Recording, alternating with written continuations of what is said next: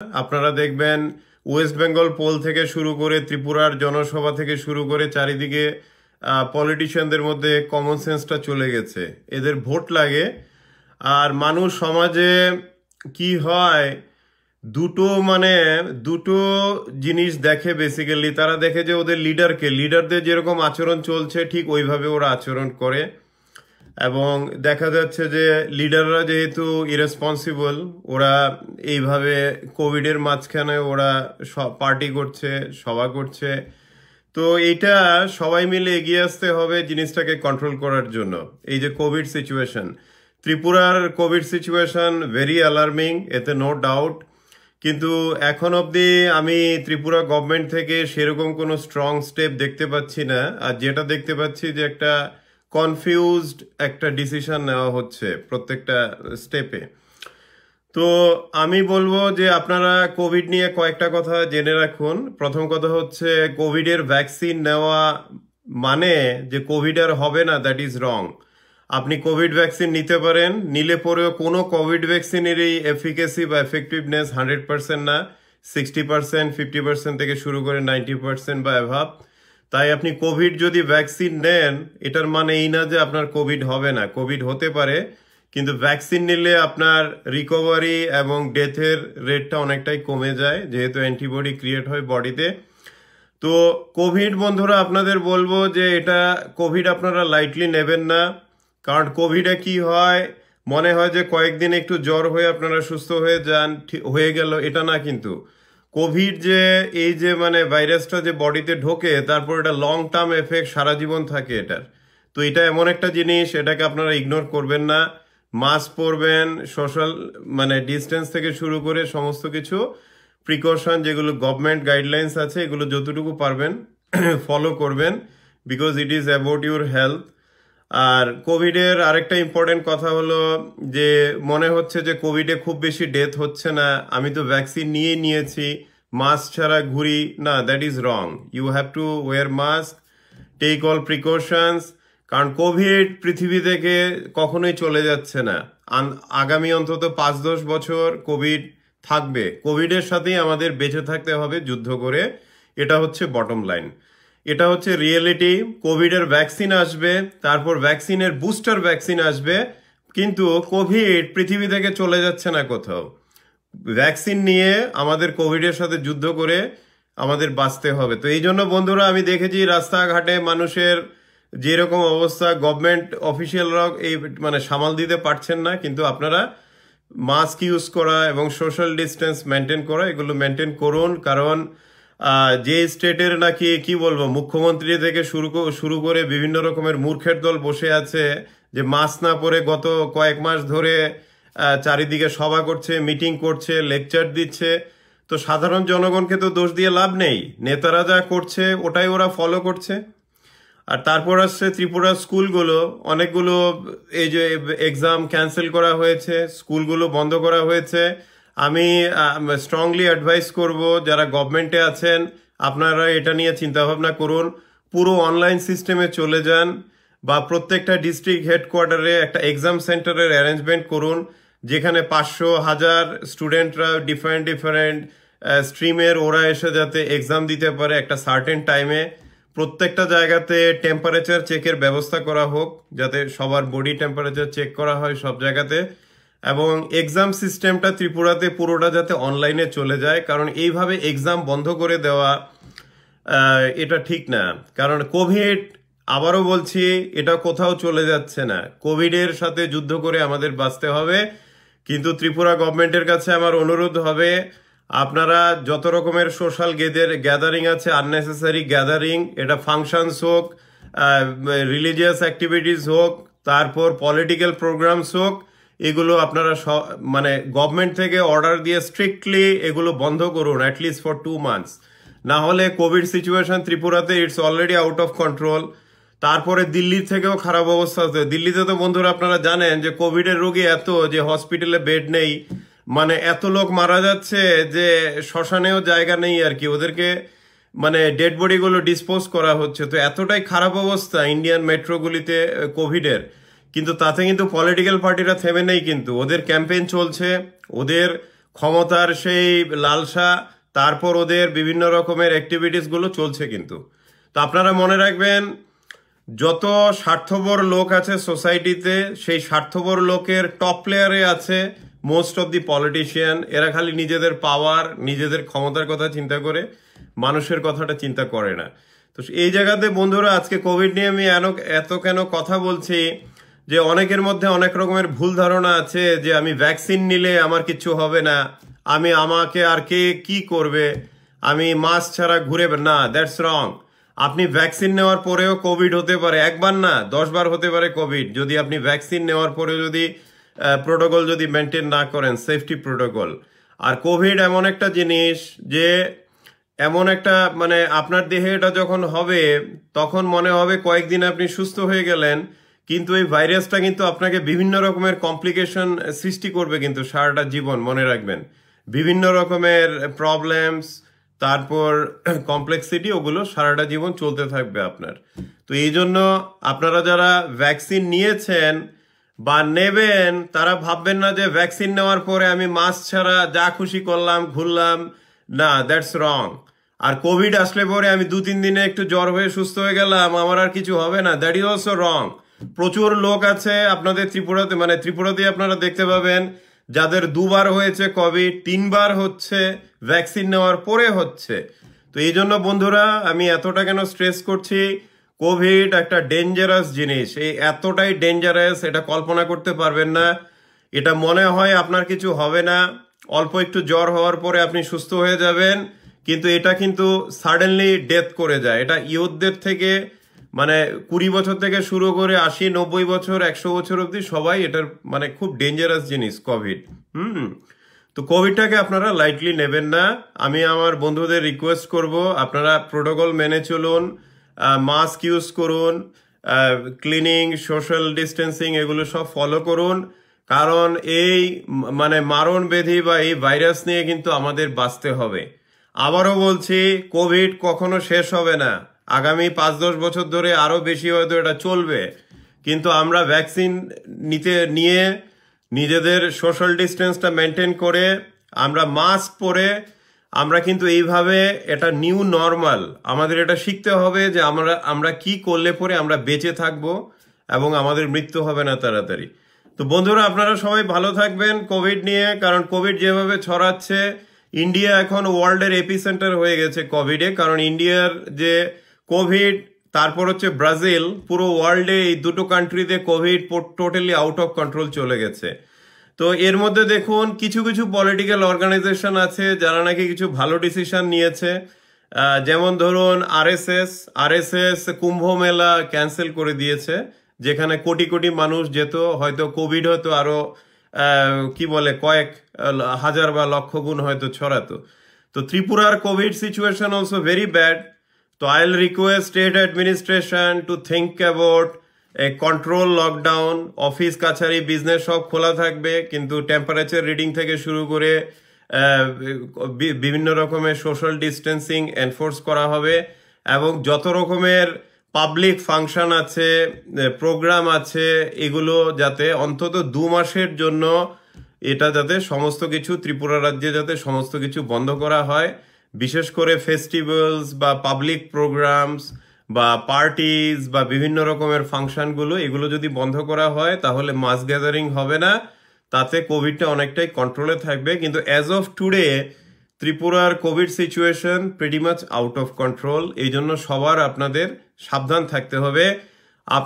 আপনারা এই বোকা বা মানে অজ্ঞ পলিটিশিয়ানদের দেখে আপনারা ফলো করবেন না, যে মাস্ক ছাড়া যাচ্ছে, যা খুশি করছে।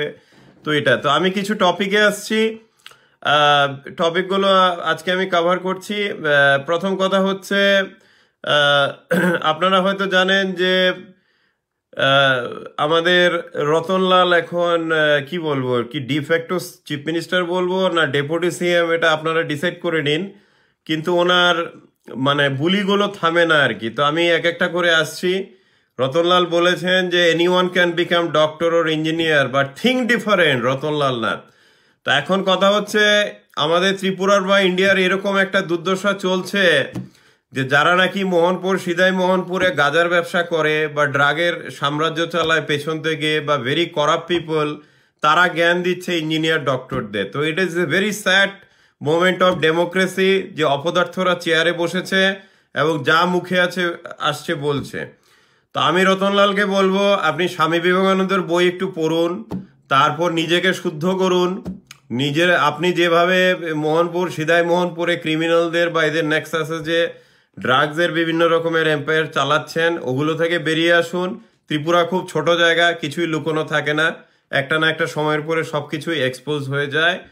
তো আমি বলবো রতনলালকে আপনার জ্ঞানগুলো আপনার নিজের উপর অ্যাপ্লাই করুন, যাতে মানুষ আপনার ক্ষমতাও যখন না থাকবে হয়তো কোনো ভালো কারণে আপনাকে মনে রাখবে। কিন্তু এখন অবধি ত্রিপুরা গভর্নমেন্টে যতজন মিনিস্টার আছে কারোর পারফরমেন্সে কিছুই বলার মতো না, প্রত্যেকটা ডিপার্টমেন্টে ফেলিওর, মানে জুমলাবাজি আর 2 নাম্বারই। মানে হেলথ ডিপার্টমেন্টের কথা বলে তো লাভই নেই।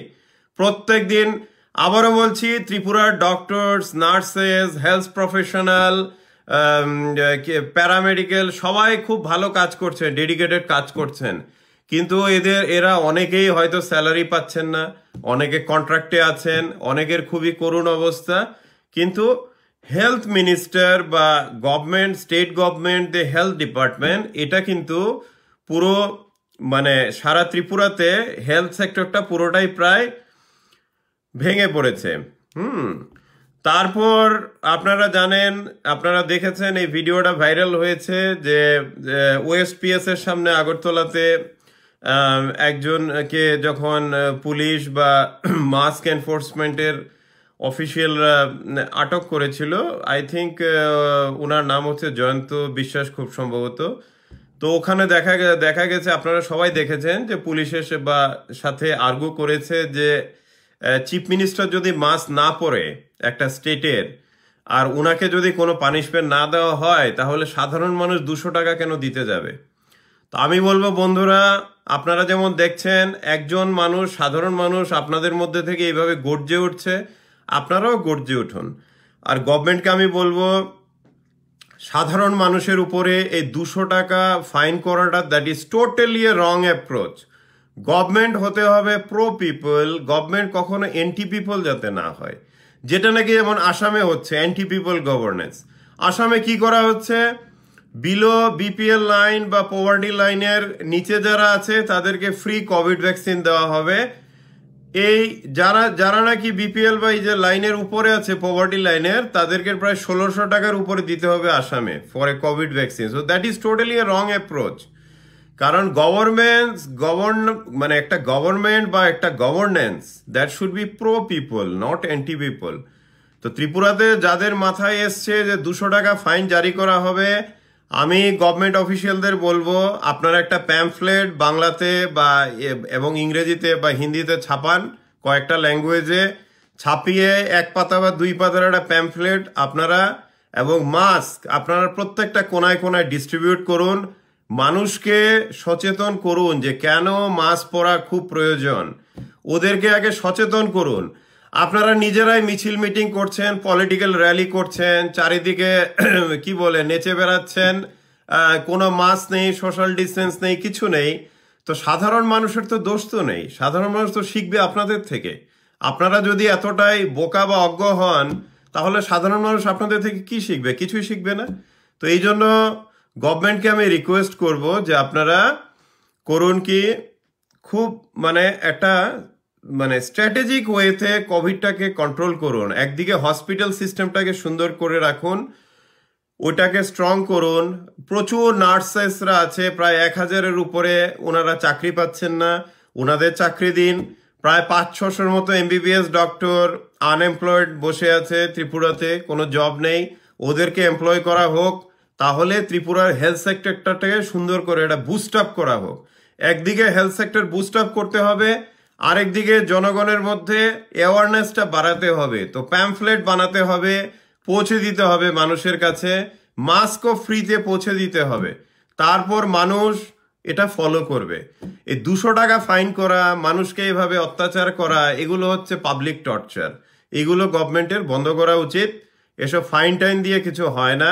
হ্যাঁ, যারা রিপিটেড অফেন্ডার ওদের জন্য কিছু একটা ব্যবস্থা করা হোক, কিন্তু এইভাবে সাধারণ জনগণকে, কেউ হয়তো হসপিটালে যাচ্ছেন ছুটে, কেউ কোনো কাজে যাচ্ছেন, কেউ মাস্ক হয়তো ভুলে গেছেন পকেটে, ওদেরকে ওয়ার্নিং দেওয়া যায়, ওদেরকে একটা প্যাম্ফলেট দেওয়া যায়, একটা মাস্ক দেওয়া যায়, কিন্তু এইভাবে টর্চার করা যায় না যে 200 টাকা দিন, 300 টাকা দিন, 100 টাকা। এগুলোর কি যৌক্তিকতা?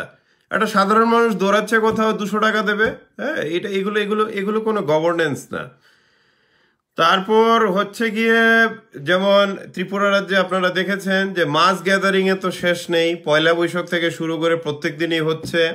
এখন স্টেট গভর্নমেন্ট দেখা যাচ্ছে যে ত্রিপুরাতে করোনা মোকাবিলাতে মানে সম্পূর্ণই ব্যর্থ এখনো অবধি, এবং আরো ব্যর্থ হবে, কারণ এদের মধ্যে কোনো স্ট্রং ডিসিশন নেওয়ার কোনো ইচ্ছাটা দেখা যাচ্ছে না যে কিভাবে ইকোনমি, বিজনেস, তারপর অফিসে সবকিছু রান করা যায়, কিন্তু কোভিডের প্রোটোকলগুলিও যাতে এনফোর্স করা যায়। তো ওইখানে স্মার্ট থিঙ্কিংটা পুরোটাই মানে মিসিং থাকছে আর কি এখানে। তো Covid is a very serious issue. তো আপনাদের সবাইকেই বলবো, আপনারা নিজেদের নলেজ নিয়ে আপনারা কোভিডটাকে মোকাবিলা করুন, কারণ এটা আরো সিরিয়াস পজিশনে যাচ্ছে দিনকে দিন, এবং আরো যাবে, এটা it will go much much serious position. তারপর ত্রিপুরার হেলথ সেক্টর তো ভেঙে পড়েছে, আপনারা দেখতে পাচ্ছেন যে এপ্রিলের 17 তারিখ মানে জাস্ট গতকাল আইজিএম এ একজন রিটায়ার্ড পুলিশ অফিসিয়াল মারা গেছেন, এবং কোনো ট্রিটমেন্টই হয়নি ওনার, ঘন্টা ঘন্টা ধরে উনি বিনা চিকিৎসায় মারা গেছেন। এবং সারা ত্রিপুরা দেখেছেন ওনার ওয়াইফের সেই যে উনি যে বলছেন যে কিভাবে, এবং ওনার আত্মীয় স্বজনরা, ত্রিপুরা রাজ্যে এরকম অবস্থা চলছে যে মানে ভাবা যায় না। Education system, hospital system, governance সবকিছু ভেঙে পড়েছে। ত্রিপুরা রাজ্যে মনে হয় না কোনো অ্যাডমিনিস্ট্রেশন আছে বলে। আমি IAS IPS officer, TCS TPS ওদেরকে আমি দোষ দিই না, they are doing very good job, police department also doing very good job, কিন্তু যারা নাকি পলিসি মেকার, পলিটিশিয়ান, এদের মাথায় কিন্তু এখন অব্দি কোনো স্মার্টনেস দেখা যাচ্ছে না। তারপর হচ্ছে আরো আরো কয়েকটা কথা বলি যে সারা ত্রিপুরা জুড়ে এখন জলের ক্রাইসিস চলছে। তো বন্ধুরা আপনারা দেখতে পাচ্ছেন মানে এত টপিক, আমি যদিও এক সপ্তাহ পরে একটু সময় নিয়ে আসি, কিন্তু এত কথা বলার কিছু থাকে না, মানে এত এত টপিক যে কোনটা থেকে স্টার্ট করব। আচ্ছা, তারপর আপনারা তো জানেন যে এখন বেঙ্গলে যে ইলেকশন চলছে, ওখানে প্রমিস করেছে বিজেপি যে 7th পে কমিশন দেবে। ভেরি গুড, যদি দিতে পারে তো দেখ, কিন্তু জানেন ত্রিপুরাতে কতটুকু দিয়েছে। তারপর 10,323 টিচাররা আপনারা দেখেছেন যে পয়লা বৈশাখের দিন ওদের কি করুণ অবস্থা, ফাইন্যান্সিয়ালি দে আর ব্রোকেন। তো আমি বলবো বন্ধুরা, আপনারা গণতান্ত্রিক পদ্ধতিতে আন্দোলনের পথ ছাড়বেন না। আর এখন যেহেতু কোভিড ছড়াচ্ছে, আপনারা সবাই খুবই সেফ থেকে আপনারা এটা মানে ফলো করুন প্রোটোকলগুলো। তারপর হচ্ছে গিয়ে দেখা যাচ্ছে যে স্কুল সিস্টেম রুরাল এরিয়াতে এটা পুরোটাই প্যারালাইজ হয়ে গেছে, এবং ত্রিপুরার এখন প্রত্যেকটা সিস্টেম এখন প্যারালাইসিসে ভুগছে। তো এই হচ্ছে গিয়ে এখন ত্রিপুরার সিচুয়েশন। আর তারপর ক্রাইমের কথা তো বাদে দিলাম। তো আমি দেখুন ক্রিটিসাইজের পাশাপাশি আমি স্টেট গভর্নমেন্টকে কিছু কয়েকটা অ্যাডভাইস দেব, যদি তারা ফলো করতে পারে। প্রথম কথা হচ্ছে, আপনারা এই যে আনএমপ্লয়েড এমবিবিএস ডক্টররা আছেন প্রায় 500-600, বা যারা নার্সেসরা আছেন বা মেডিকেল প্রফেশনালরা আছেন, প্যারামেডিক্যাল বিভিন্ন, তাদেরকে ইমিডিয়েটলি রিক্রুট করুন। অন্তত 1000-2000 মতো, আপনারা 3 মতো রিক্রুটমেন্ট করুন ইমিডিয়েটলি করে। স্টেট গভর্নমেন্টের যত হসপিটাল সিস্টেমগুলো আছে এগুলোকে সম্পূর্ণভাবে পুরো রিভ্যাম্প করুন। তারপর হচ্ছে কোভিড কোথাও যাচ্ছে না, ভ্যাকসিনেশন ড্রাইভ চলতে হবে, সোশ্যাল ডিস্টেন্সিং মেনটেন করতে হবে, এবং মাস্কও পরতে হবে। আবারও বলছি বন্ধুরা, কোভিড কোথাও যাচ্ছে না, এটা আগামী 5-10 বছর থাকবে, আরো বেশিও থাকতে পারে। এখন কোভিডের সাথে কি করে আমরা বেঁচে থাকবো, এটা আমাদের নিজেদের ডিসাইড করতে হবে, that how we are going to survive with Covid. তো আমি স্টেট গভর্নমেন্টকে রিকোয়েস্ট করব, আপনারা বিভিন্ন কোভিড প্রোটোকলগুলো স্ট্রিক্টলি এনফোর্স করুন, এবং ত্রিপুরা রাজ্যে যত রকমের পাবলিক ফাংশন থেকে শুরু করে যত রকমের রিলিজিয়াস গ্যাদারিং, যত আননেসেসারি গ্যাদারিং আছে যেগুলোর এখন দরকার নেই আগামী কয়েক মাস, এগুলোকে আপনারা ইমিডিয়েট স্টপ করুন। আপনারা যদি কোনো স্ট্রং স্টেপ না নেন, এবং হসপিটালগুলোতে বেডও নেই কোভিড হ্যান্ডেল করার, মেডিকেল স্টাফ তো নেই পর্যাপ্ত পরিমাণে, তাতে কিন্তু পুরো ব্যর্থতার দায়, দি রিজন মানে একটা ফেলিওর, পুরো গভর্নমেন্টের একটা বিশাল বড় ফেলিওর হয়ে থাকবে যে ত্রিপুরাতে এইভাবে কোভিডটা স্পাইক হচ্ছে। তো বন্ধুরা, আমি আবারও বলছি যে এখন আমাদের কোভিড একটা এমার্জেন্সি, এটা এখন সেকেন্ড ওয়েভ চলে এসছে, আর এইভাবে ইরেসপন্সিবল থাকলে পলিটিশিয়ান থেকে গভর্নমেন্টের সবাই থার্ড ওয়েভও আসবে। তারপর আজকে আমার কাছে বেশ কিছু মেসেজ আসছে যে এদিকে স্কুল কলেজ বন্ধ, আবার দেখা যাচ্ছে বিজেপির এক এমএলএ বাধারঘাটে বিশাল বড় সভা করছে।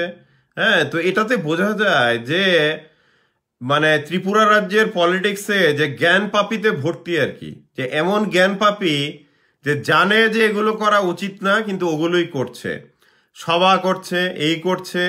তো এতে কিন্তু কোভিড আরও ছড়াচ্ছে। আর কোভিড জিনিসটা ত্রিপুরা রাজ্যের পলিটিশিয়ানদের 10%-এর ব্রেনে এখন অব্দি ঢুকেছে কিনা, এটা কতটুকু ডেঞ্জারাস আমার ডাউট আছে। কাটিং অ্যাক্রস পলিটিক্যাল লাইন্স আমি বলছি। তো এই জন্য এখন স্টেটে এমার্জেন্সির মতো কোভিডটাকে হ্যান্ডেল করতে হবে ফর নেক্সট 1 মান্থ। যা দরকার এটা গভর্নমেন্টের করতে হবে ইমিডিয়েটলি। মাস গ্যাদারিং স্টপ করা থেকে শুরু করে সবকিছু করতে হবে যদি এটাকে কন্ট্রোল করার ইচ্ছে থাকে, না হলে কিন্তু this is gone out of control already. এটার আরো খারাপ অবস্থা হতে পারে। আপনারা জানেন যে ত্রিপুরা রাজ্যে সিএম, ডেপুটি সিএম, পুলিশের ডিজিপি থেকে শুরু করে সবাই কোভিডে এফেক্ট হয়েছেন, এবং এটা কিন্তু ছড়াচ্ছে চারিদিকে। তো আমি সবার জন্যই আই উইশ এভরিওয়ানস রিকভারি, কিন্তু at the same time irresponsible বিহেভিয়ারটাকে কখনো এইভাবে ঢাকা যায় না। এটা যারা গভর্নমেন্টে আছেন তাদের ইরেসপন্সিবল বিহেভিয়ারের জন্যই কিন্তু এটা এইভাবে স্পাইক আপ হয়েছে, এইভাবে এটা বেড়েছে। তো বন্ধুরা, এখন ত্রিপুরা রাজ্যের পলিটিক্সের থেকে সব থেকে গুরুত্বপূর্ণ হলো কোভিডটা কি করে কন্ট্রোল করা যায়।